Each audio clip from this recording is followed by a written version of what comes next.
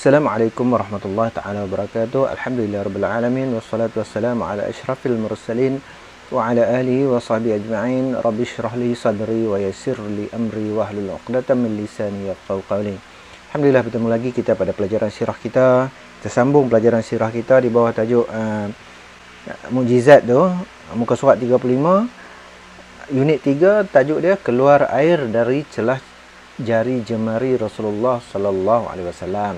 Kita tak baca tajuk mukjizat minggu lepas. Yang sebelum ni kita baca mukjizat Nabi, iaitu Al-Quran. Siapa masih ingat apa maksud, apa pengertian mukjizat? Kita tengok mukjizat.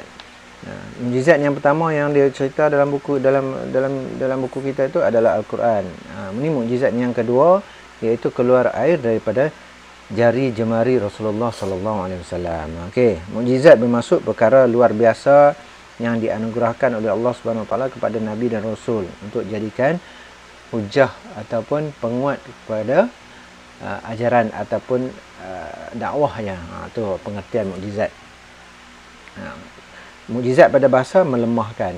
Dia melemahkan hujah orang lah, melemahkan hujah-hujah orang-orang kafir.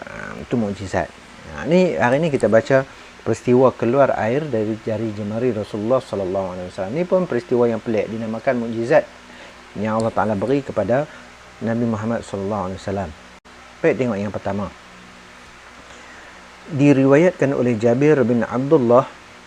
Jabir bin Abdullah ni sahabat Nabi, ketika Rasulullah sallallahu alaihi wasallam dan para sahabat dalam perjalanan pulang dari Hudaibiyah. Dari satu peristiwa dipanggil peristiwa Hudaibiyah. Mereka kekurangan bekalan air.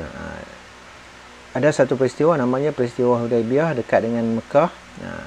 Jadi Nabi pun selepas peristiwa tu dia balik ke Madinah, sebab Nabi Muhammad sallallahu alaihi wasallam dia duduk di Madinah. Lepas hijrah dia duduk di Madinah, dia tak duduk di Mekah. Walaupun Nabi Muhammad lahir di Mekah, selepas hijrah Nabi duduk di Madinah. Jadi peristiwa Hudaibiyah ni dekat dengan Mekah. Jadi selepas peristiwa Hudaibiyah ni dia pun berjalan balik ke Madinah. Dalam perjalanan balik tu mereka menghadapi kekurangan bekalan air. Nombor dua, mereka tidak mendapatkan air kecuali sedikit untuk Rasulullah sallallahu alaihi wasallam minum. Kan dalam banyak-banyak tu lebih kurang 1,400 1,500 orang, kalau tak silap saya, dalam peristiwa Hudaibiyah tu yang bersama Nabi Muhammad. Bila mereka balik tu, air tak ada. Jadi ada sikit saja untuk Rasulullah sallallahu alaihi wasallam minum. Jadi mereka bagi kepada Rasulullah. Apa yang berlaku? Kemudian baginda berwuduk dengan air tersebut. Selepas itu mereka berebut untuk mendapatkan baki air itu. Lepas Nabi Muhammad berwuduk, mereka pun berebut untuk dapatkan air tu lah, baki air tu mereka berebut. Kemudian apa yang berlaku? Melihat keadaan itu, Rasulullah sallallahu alaihi wasallam bersabda, "Apakah yang terjadi kepada kalian?" Mereka menjawab, "Kami tidak memiliki air untuk berwuduk." Mereka jawab itulah.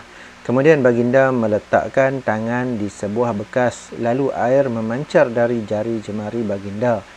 Maka para sahabat dapat berwuduk dengan air tersebut. Ini salah satu daripada mukjizat hissi, mukjizat yang dapat dilihat oleh mata kasar. Mukjizat ada berapa? Mukjizat ada, siapa ingat? Ada dua, mukjizat hissi dan mukjizat maknawi. Mukjizat hissi benda yang dapat dilihat ataupun disaksikan. Mukjizat maknawi benda yang tak dapat dilihat tapi dapat dipercayai. Okey. Kemudian ada kisah ada penerangan dalam Al-Quran. Itu mukjizat maknawi. Baik, selepas berlaku peristiwa tu, air memancar dari jari jemari baginda, maka para sahabat dapat berwuduk dengan air tersebut. Jadi semua sahabat pun dapat berwuduk lah. Bila Nabi letak tangan dia dalam bekas tu, air keluar. Banyak lagi peristiwa seperti ini berlaku, seperti yang diriwayatkan oleh Anas bin Malik dan lain-lainnya. Peristiwa ni ada keluar air dari jari jemari adalah salah satu daripada mukjizat yang diberi oleh Allah Subhanahu Wa Taala kepada Rasulullah sallallahu alaihi wasallam.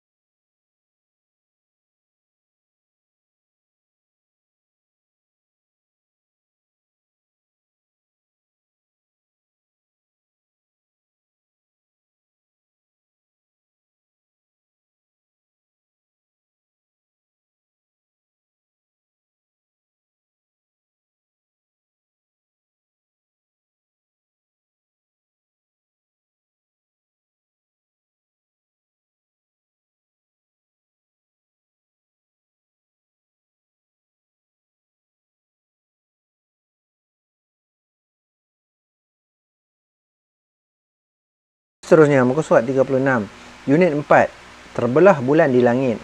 Jadi satu lagi kisah mukjizat, iaitu peristiwa di mana bulan terbelah bulan di langit. Ketika peristiwa ni berlaku ketika Nabi Muhammad masih berada di Mekah.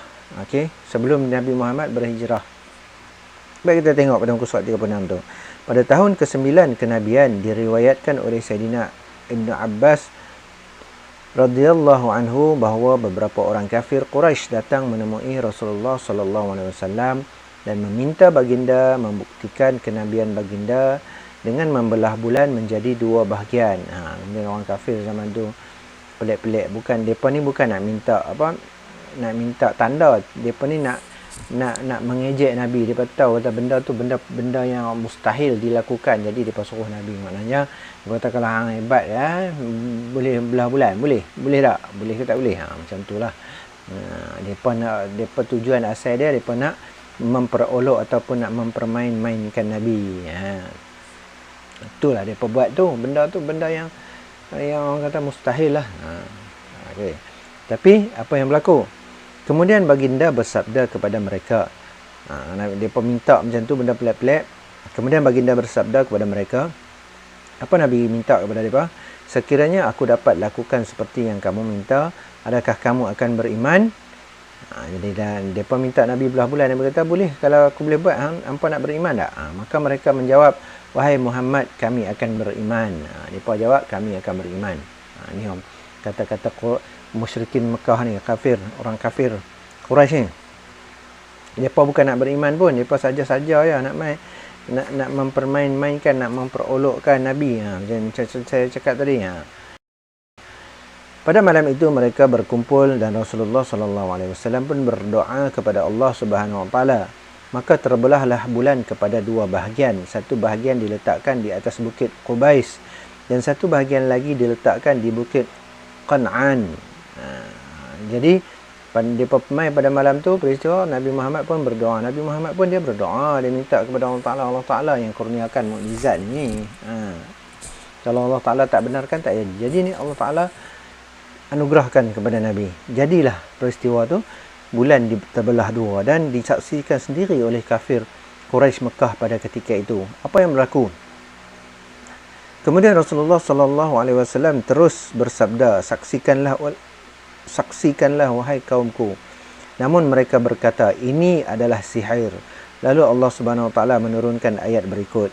Depa ni bukan nak beriman pun, depa nak mempermain-mainkan Nabi je, depa niat depa tu. Tiba-tiba Nabi boleh buat. Jadi apa yang depa kata bila Nabi boleh buat? Ni sihir ni sihir. Depa kata macam tu pula alasan depa. Alasan orang yang tak mau beriman. Apa saja yang kita buat, bagi tahu depa akan cari alasan untuk tidak percaya. Kemudian Allah Ta'ala menurunkan ayat berikut. A'udzubillahi minasyaitonirrajim. Iqtarabatis sa'atu wa insyaqqal qamar wa in yaraw ayatan yu'ridu wa yaqulu sihrun mustamir. Surah Azim, surah Al-Qamar ayat 1 hingga 2. Maksudnya telah hampir saat itu, saat terjadinya hari kiamat dan terbelah bulan. Dan jika mereka, yakni orang-orang musyrik, melihat suatu tanda, yakni mukjizat, mereka berpaling ingkar dan berkata, ini ialah sihir yang terus menerus. Itu yang Allah Ta'ala bagi tahu kepada Nabi Muhammad. Orang kafir dia akan minta macam-macam benda yang pelik-pelik, tapi mereka tak akan beriman. Walaupun mereka tengok dengan mata kepala mereka sendiri, mereka tetap tak beriman dengan alasan itu adalah sihir. Begitulah sikap orang kafir yang tetap ingkar walaupun telah diperlihatkan kepada mereka akan bukti yang jelas dan nyata. Itu perangai orang-orang kafir. Baik. Seterusnya, peristiwa seterusnya. Melambatkan matahari. Unit 5 tu melambatkan matahari. Baik, tak apalah melambatkan matahari. Kita akan sambung pada pelajaran pada minggu depan insya-Allah. Okey. Assalamualaikum warahmatullahi taala wabarakatuh.